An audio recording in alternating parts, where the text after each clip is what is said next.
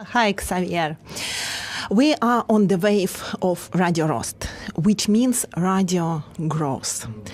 And this particular program especially dedicated to the business development, personal growth, and the success. And my first question to you is about success. What is your own definition of success? Great, thank you. First of all, thank you so much for inviting me, Elena. Добрый день. That's a great question to start with. Success for me actually is both, it compromises both inner game and an outer game. So for me, success means feeling fulfilled, being happy, and doing something that you feel like you were called to do here in this world. In this life. Great. And the other is that I think if you're loving what you're doing and if you're very successful at it, there should also be some tangible results that also appears out in the real life, like a scorecard, right? So I like this metaphor. Yes. So I believe that success can also mean it doesn't have to be lots of wealth, but enough to be comfortable. And also some signs that you are contributing to the world, that you are making a difference to people's lives. So to me, that would be a definition of success. And is it possible to model success? Absolutely, absolutely. What is your role models? I have so many role models. Yeah, could you share, please? Sure, yeah. Sure. People usually want to hear names. Yes. It's interesting because in the beginning, my role models were obviously people who were much more externally successful, like great leaders. I admired people like Alexander the Great, for example, when I was a kid, making a big difference in the world. Alexander the Great? Yes. Really? Yes. I'm impressed. When I was young. Okay. But as I grew older, I really started respecting and recognizing that some of the people who seemed happiest were people who were actually keeping a more quiet lives and who were making a difference in quiet ways. For example, Robert Dilts, who will be here in April, I think he's an amazing model of somebody who is making a difference in the world by teaching his wisdom and expertise. Yeah, honestly, he is also mine role model. Fantastic, yeah. Judith Delosier, who teaches with Robert, and she embodies wisdom in the most humble way. So these are some of my recent teachers and models that I respect very highly. Dalai Lama, I think he has a quiet happiness, that he exudes. Many people talk about being in his presence and feeling just happy and joyful. So I think these are some of the people that you would recognize as role models. Yeah. Actually, this is very important, how the people feel with, these great leaders, great people. It's really very important. Absolutely. Indicator. Absolutely. Yes. And if you think that it's possible to model success, what's the way to do it?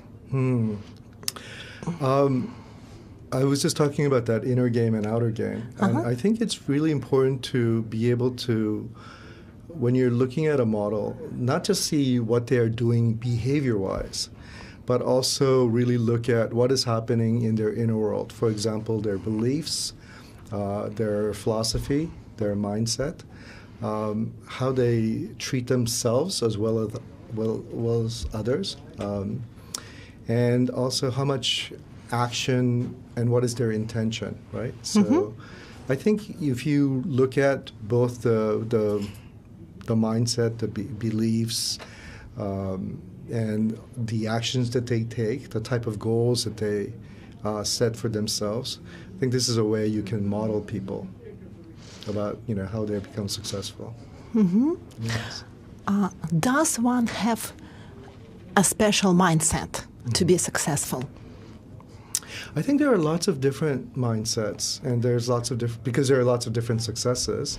So I don't think there's one, standard or one recipe for success. I think there are some common universal traits, though.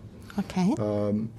Usually, one of the most common, I think, the mindset is a growth mindset, which means that they're always looking... Growth mindset. Yes.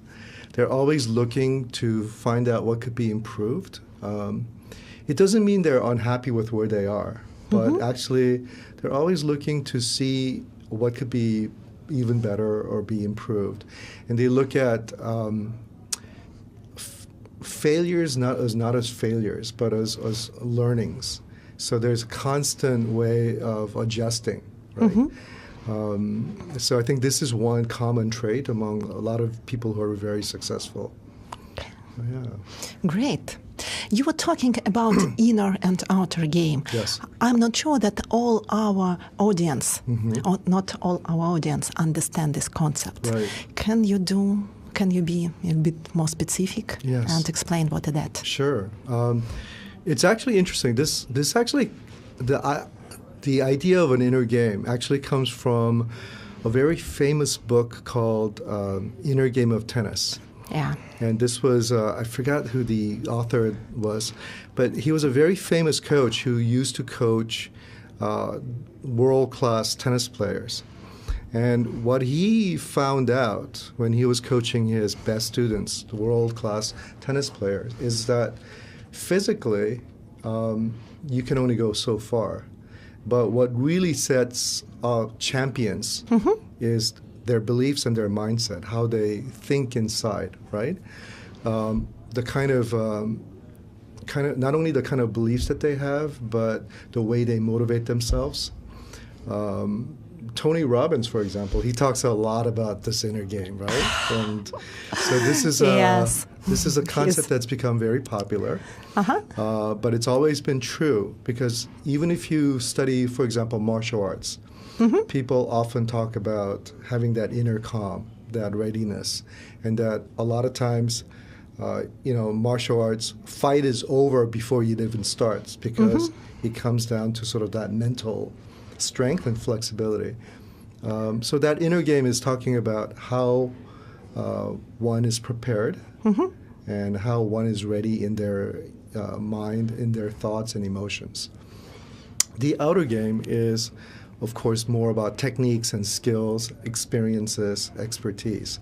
So going back to the metaphor of tennis, the outer game might be, your actual backhand and forehand techniques, how quickly you can serve and so forth. But all of that is really affected, again, by the inner game. Yeah, I agree. And, I tried to remember the name of this guy. Yes. I think we will have, the break soon and we will check and came back. His name is Calloway. Last name is maybe Calloway, but I can't remember that. No. I just can't remember. But we will check it for you. And let's talk about SFM. SFM, or Success Factor Modeling, is the program which was developed by Robert Dills. Robert Dills is my teacher, and I believe that he is a real genius. And I passed this program and became its big fan.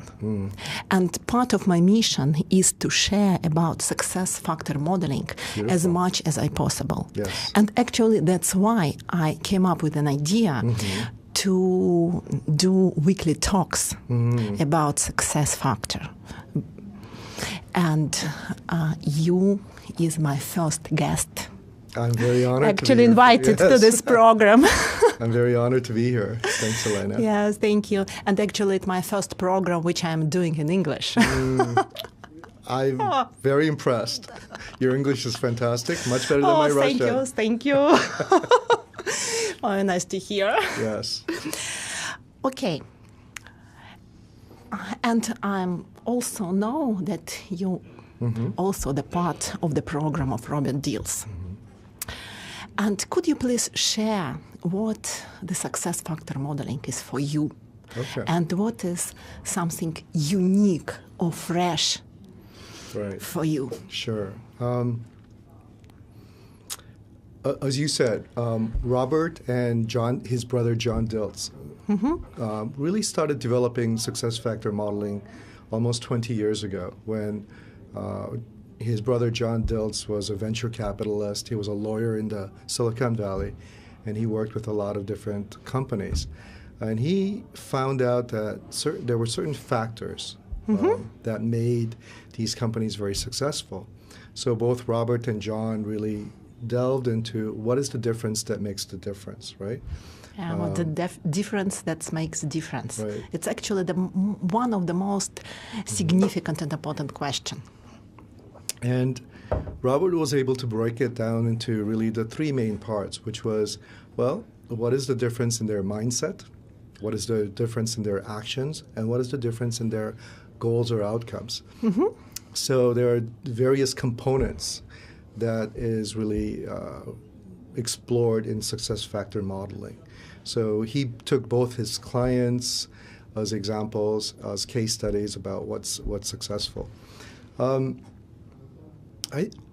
As I said, I think one of the things that's really important about success factor modeling is that it's one of the few programs that really combines both the inner game, you know, what's happening inside a person. Yeah, absolutely. Yes. Absolutely. As well as some very practical, tangible, useful tools that's used in business. So, you know, having a good elevator pitch, understanding your stakeholders. So having these tools really, and combining them in a way that's very practical as well as that's really connected to someone's identity is, I think, that's unique. Exactly. For me, is actually the most important part, and it's that it starts from the identity. That's that right. it's not actually something which was copied from others. It's something from the identity. Exactly. And for me, it's the most amazing Right. thing in this program. And actually, now we should have some breaks. Okay. And then we'll go back, to success factor modeling. Рост.ФМ.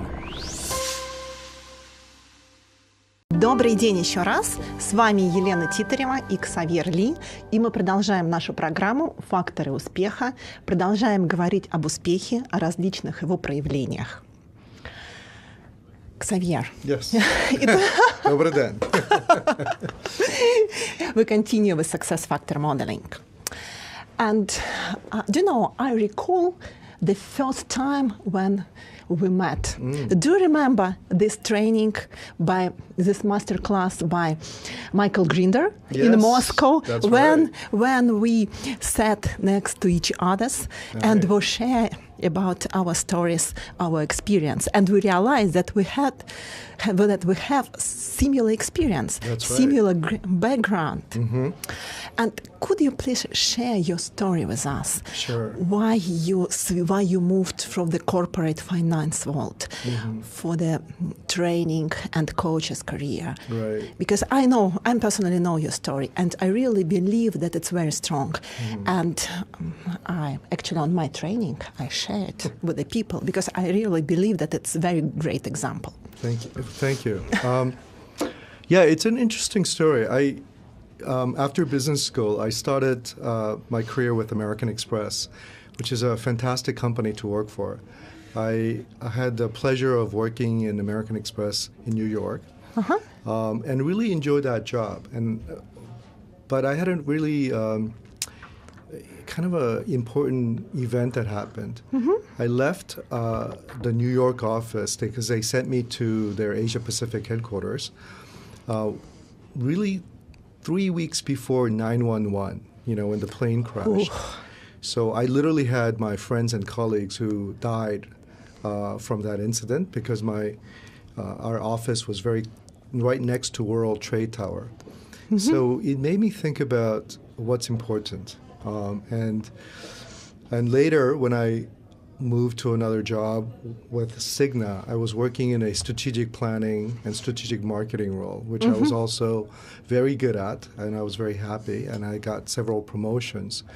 And then several things happened which I think that re-triggered that event about what's important. And one was that one of my colleagues literally died from stress. Yes. Yeah, I know the story. Yes. And so So when my CEO asked me if I actually offered to promote me to a chief marketing officer position, I had to really think, is this something that I want? And my eventual answer, even though I loved my team and I loved a lot of the work that I was doing, was no, this is not what I want to do for the rest of my life. I wanted to make a difference. The only problem was I didn't know how. I didn't know what. Yeah, I know this problem because I had the same.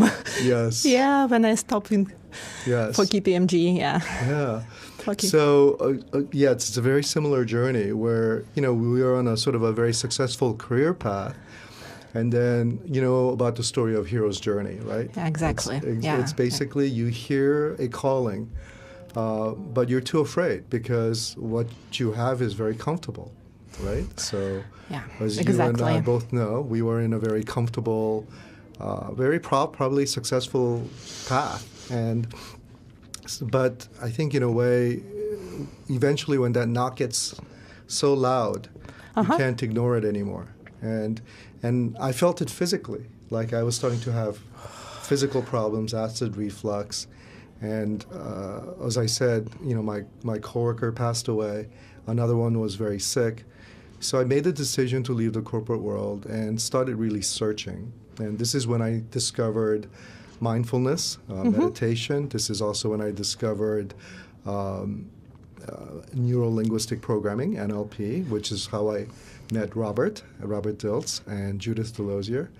And I met these wonderful people who were doing amazing things, empowering people and keeping, waking them. Yeah. And I thought, wow, this is the kind of work that I would like to do. And what was also really interesting was studying NLP and some of the other behavioral sciences.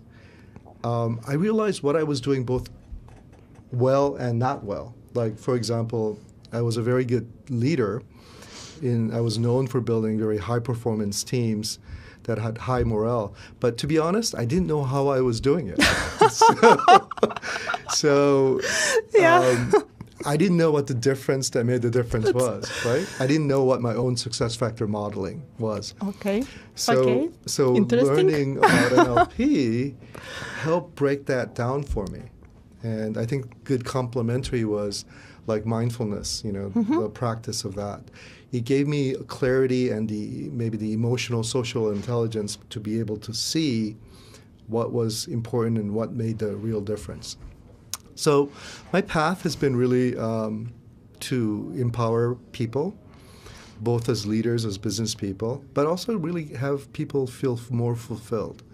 That is important. Yes, like I don't want ever somebody like from my, my coworker who died from stress. I never want to see that again. I want people to feel fulfilled and take care of themselves. Okay, This is really great. Yeah. And you will go back to success factor modeling. Sure. How you apply it for your client? That's a good question. Yes, it is, I know. Okay. So I think the first way I apply it is actually by teaching it, right? Because I teach the theoretical models. And the second thing is I try to model it for myself, live it, right? So when I teach it, for example, just like when I met you in California last summer, you were there with other people, and I remember how excited people were. Yeah, that's true. Yes, and you were inspired by all these different examples that you saw. So I try to share this kind of knowledge in a way that's very relevant and practical to people. Like the workshop I just did, I was really happy to find that like people, even though it was a very hard workshop, they came back after the third day and said, I couldn't sleep. I was working till 2 or 3 in the morning because I was so inspired. I know, this is the most, great outcome for the trainers, yes, from the seminars. Yeah. Yes. Good job. Yeah, good job. And let's talk about mindfulness and Sure. resilience. I know that it's really very important to be successful in business, in very aggressive business environment. Right. But not all people understand the definition of those. Absolutely, yeah. And I know that you focus particularly on those ideas. Please, let us know what actually it is and why it's so important. Sure, yes. So a very simple definition of mindfulness is an awareness of what is happening internally and being able to have a choice. So you have a conscious awareness of what is going on with you. And when you practice mindfulness, and this could be in forms of meditation, can be yoga, even walking can be a mindfulness exercise. But when you practice learning how to be present, it gives you a certain amount of clarity. And it actually increases people's emotional intelligence. And what's interesting is that these concepts sound very ambiguous, but they're actually very important for tangible results. So, for example, I'm a certified teacher for SILI, Search Inside Yourself Leadership Institute, which was a mindfulness program that was developed at Google. And Yeah, I know that. And the reason why it was so popular and it was sponsored by Google was because they found that mindfulness had an incredible effect on productivity and happiness. And if your employees and team are... mindfulness have very significant impact on productivity. Take it into account. It's really, really important. Right, exactly. So they found that it was really important even at Google. In fact, there are several studies. There was a study done by Stanford University when they surveyed the top engineers in Silicon Valley companies. And we're talking very technical field, right? Engineers, people who are working in very science-oriented technical fields. When they said, give us your 5 or 6 top traits, what are the most important skills for them to be the top and performers? so high performance. Yeah. And interestingly enough, 4 out of those 6 traits were all emotional intelligence traits. Being able to listen, being able to communicate, having an emotional awareness and management. So, and this was across different companies. So after a certain level of technical competence, what really sets apart the really high performers are their emotional intelligence. So that's something that I found to be incredibly interesting. And also, just for myself, it's been incredibly useful for being able to manage difficulties, to also understand people. So this is definitely an area that I like to emphasize and focus on. You know that many people believe that it's so time-consuming to do things like that. Yes. And they are so busy to apply it. Do you agree? Is it really time-consuming? What do you think about that? It can be, but it doesn't have to be, right? So I have a lot of clients who are very busy executives. I have, senior VPs who are running large teams, and that's actually what you just said is their first complaint. I don't have time to practice meditation or yoga or mindfulness. So I often teach them a very simple, just a grounding technique. And sometimes I have them do it on their way from their office to the meeting. So it's great. Yes. So by the time they get to the meeting, they're very present. And that affects the whole atmosphere and the environment of the meeting. And a lot of my clients have told me that just even that, being able to feel their presence and be mindful on their way from their office to the meeting room, sometimes only 30 seconds. 30 seconds? Yeah. It's a really good job. Okay. It's a really good job. Okay, I think we need to do another break at the moment, and then we go back. Okay. And maybe you can think of anything, then we can do all together here. Okay. Yeah. Sure, I would be happy to. Yeah. Okay. Рост.ФМ. С вами Елена Титарева и программа «Факторы успеха». И со мной здесь Ксавьер Ли, мой гость, executive coach, который специализируется на построении высокоэффективных команд, работает действительно с топ-executives, бизнес-тренер и консультант по осознанному лидерству. Hi. Hello. Hi, Xavier. Yes. So we continue with success factor modeling. Yes. And before the break, we promised to do some mindfulness exercise. Yes. Do you want to lead it? Sure, I would love to do it. Yeah. So often people think that mindfulness exercise or meditation is some long, complicated thing. But there's actually very simple ways to do it. And one I like to teach actually my busy executive is to just take literally 15 seconds.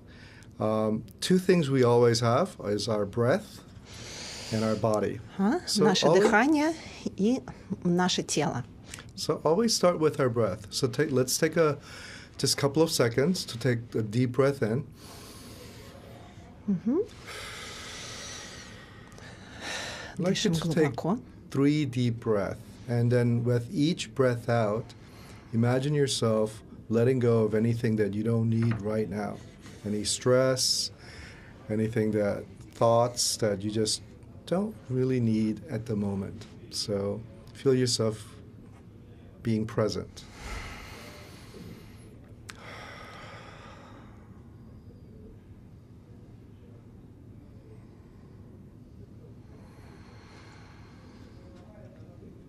And if you want to do a little bit longer after the breath, I want you to go ahead and focus on a part of your body. It's often nice to start your focus on awareness with your feet and feel yourself being grounded by the earth underneath you. So feel the bottom of your feet actually touching the floor. And then move your awareness slowly up from your feet to your ankle, to your legs. No judgment, just an awareness, just noticing what's happening. It's neither good or bad. Just notice whatever is there. And then we'll take one more deep breath in, deep breath out. And notice, if you did this exercise, how much more present you feel, even just with these few seconds. It actually was great.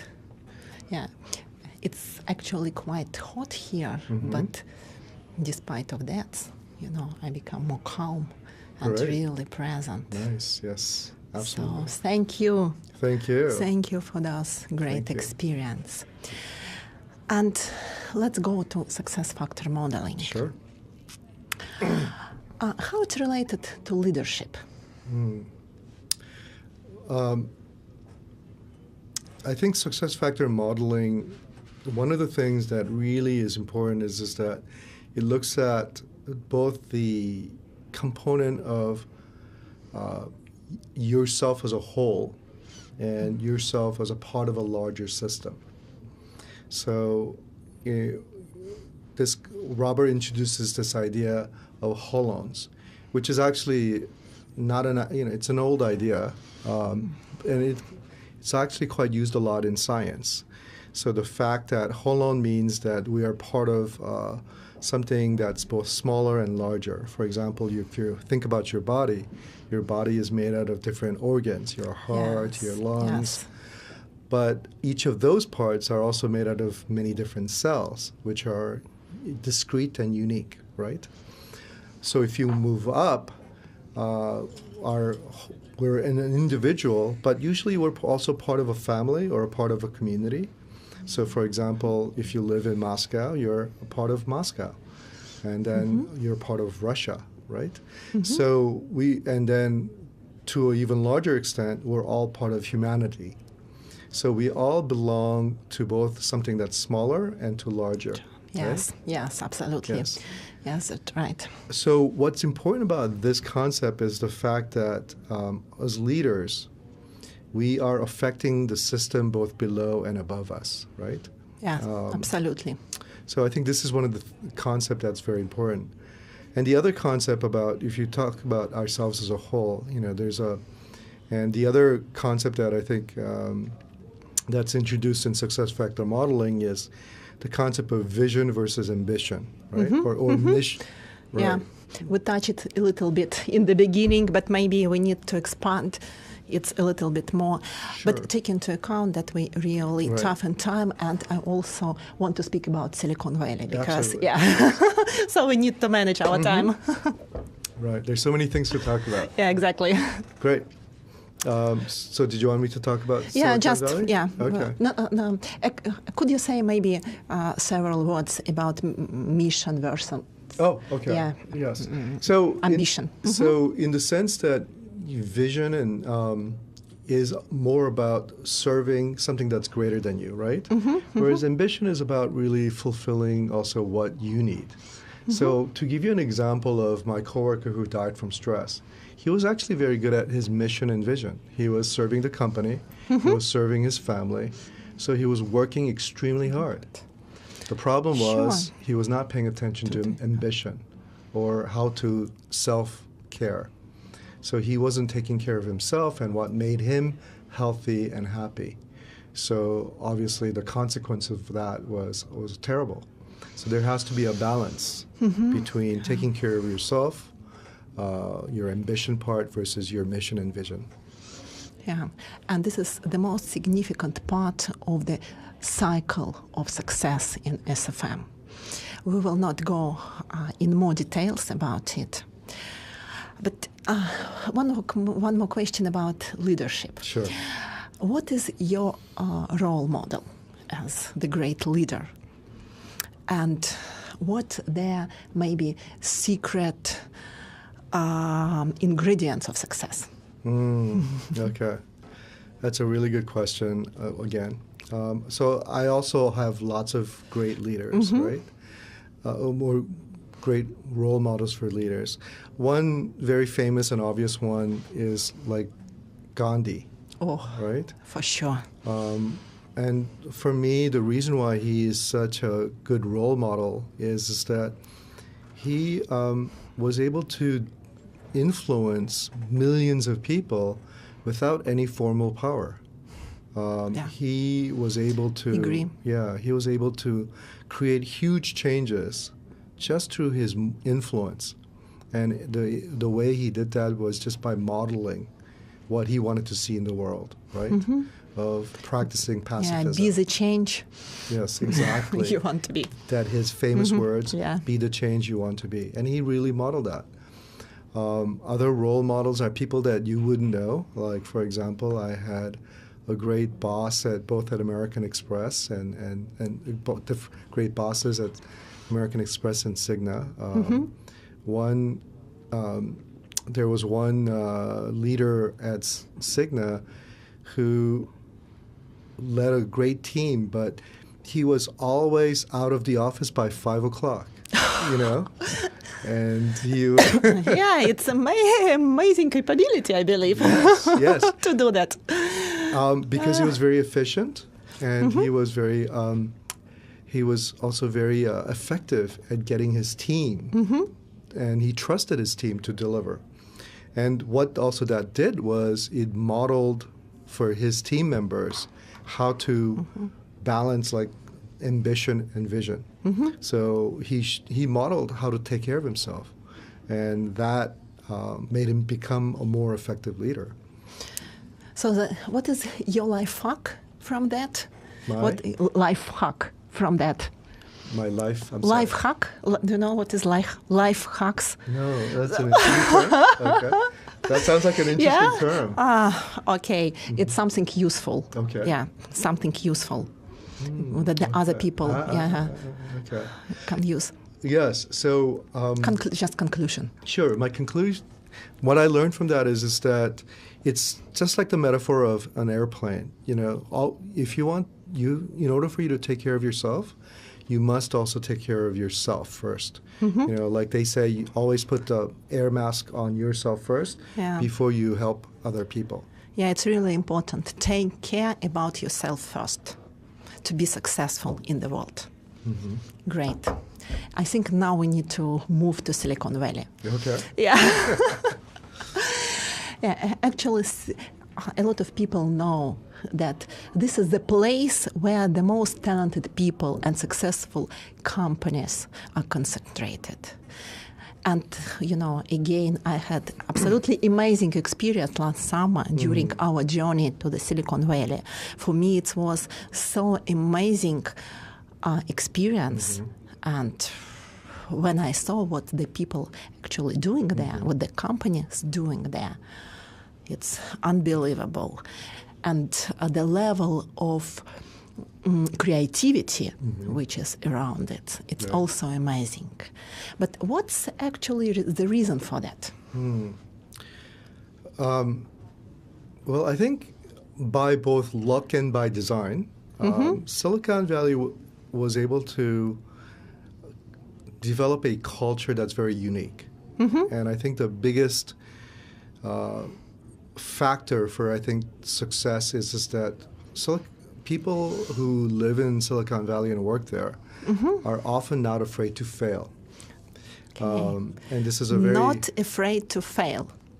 And this is actually something that's, like I said, you can't do it by yourself, because no matter how brave you are, if there's a lot of judgment around you and the environment doesn't support that, then it's very difficult to practice this. Agree. So one thing that has been amazing about the Silicon Valley area is just that the environment is very supportive of this. It's actually one of the very few places in the world, I was joking about this with a friend of mine, that if you say, oh, I'm a vice president in Apple, people will go, oh, I'm so sorry. Because having a job is almost a failure, because people expect you to do your own thing, right? Yeah. I mean, not always, but it's a bit of a joke.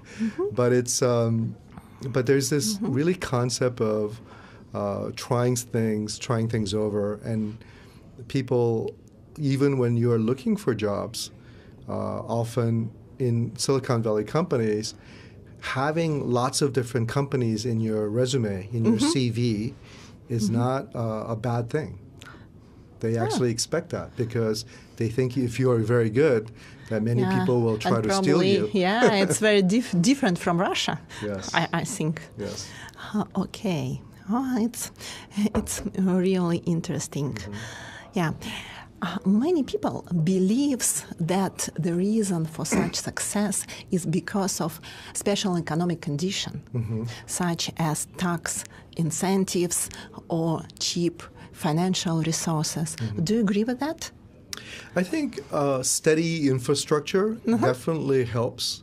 I don't think that's the most important factors. I think Silicon Valley had some very unique environmental factors that helped that. For example, it had some very leading university like Stanford, and UC Berkeley very close by. And so there was a lot of research that was very closely available. There was also a lot of money, and the fact that I think a lot of people like to come to California, especially to San Francisco, as a place to move to, was also an attractive factor for being able to get a lot of good people. Yeah, that's great. You know, the experience last summer with the Stanford Research University, Research Center, it was absolutely amazing. When I saw what actually these people do, it's really unbelievable. But I just think we're already in the next century. Really, really, it was so impressed. But what is actually the source of such creativity? I think that's a great question, and I cannot give you a definite answer. People have been trying to answer this question because they want to duplicate it in many different places. In my opinion, one of the most important is the fact that, like I said, there is this openness to take risks. It's about the mindset. It's about the mindset and also trust.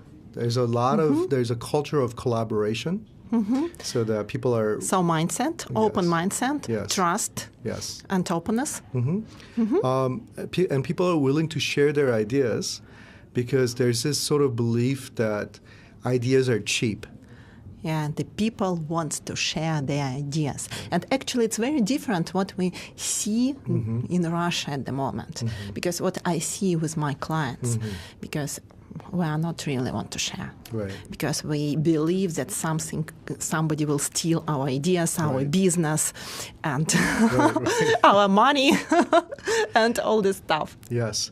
And this is actually also true in America, too. So in some ways, Silicon Valley has a sort of a unique culture. It's not, and by the way, that's not the only place such culture exists, but I think it's very famous for that.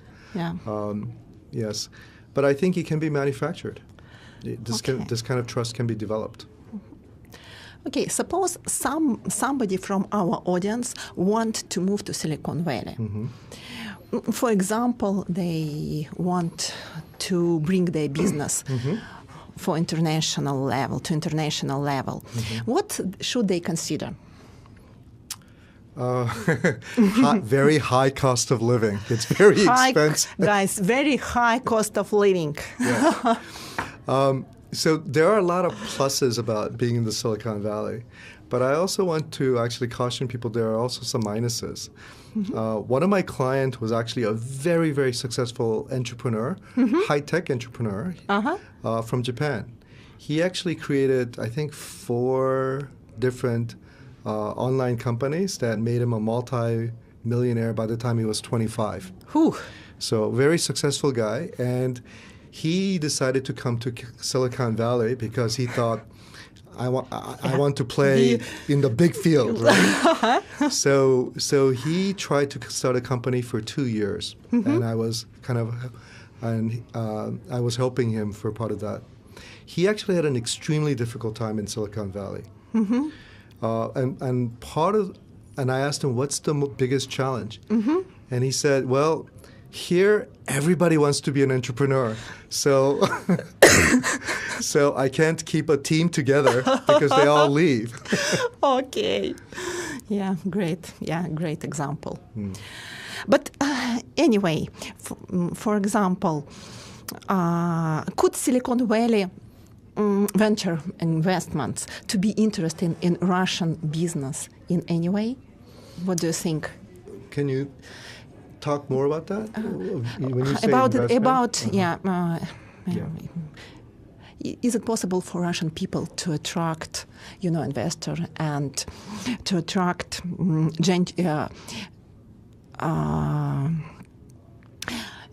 venture investors for their business? Is it possible in any way? What do you think? Sure, I believe so. Yes, absolutely. One thing that's kind of shameful about America is that a lot of Americans are not very aware of other countries and other cultures. Of course, there are a lot of very sophisticated people and people who are well-traveled, but other cultures are not very well known, including, unfortunately, in Russia. We have certain way different countries are portrayed in our media. So I think one way we can do that is to introduce parts of Russian culture or products in a way that's different. And I think if you can break through some of the preconceptions. Yeah, preconception. I think this is the good word for which has actually happened. Yes, then I think there's actually tremendous potential. Okay. Absolutely.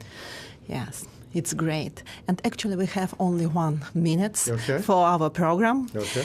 And thank you very much for this amazing overview. And you came and share with us your ideas, your experience. And the last question is, could you please maybe recommend an authors or particular books which make possible to go deeper with the ideas of conscious leadership as success modeling? Right, okay. Well, there's a book obviously written by Robert Dilts on success factor modeling. He's got 3 books. That's a great book, I'm confirmed. And also part of his team member, like Francois in France, he actually wrote a book called Mastermind Grouping about collective intelligence. So these are great. And of course, Robert Dilts is coming. I think he's coming to Moscow in April. Yeah, it's quite soon, yeah. So if you have a chance to look at that. People like yourself, Elena, and Sergey Kapitsa, who hosted me for the Success Factor Modeling workshop recently, I think you guys are pioneering this idea of success factor modeling in Russia. Thank you. Yes, actually, that's true. And so you guys have experienced it. So I think you guys are great resources to learn more about this hopefully in your future workshops. And I hope you write a book. Yeah, I do. Yes. I do. Fantastic. Okay. So thank you very much. Thank you. Yeah. This has been really fun. I really enjoyed talking about my experiences. Yeah, and one more time, today with you was Elena Titarieva and Ksavier Li, who is executive coach specializing in the high performance team building, business trainer, and much, much more. Thank you so much.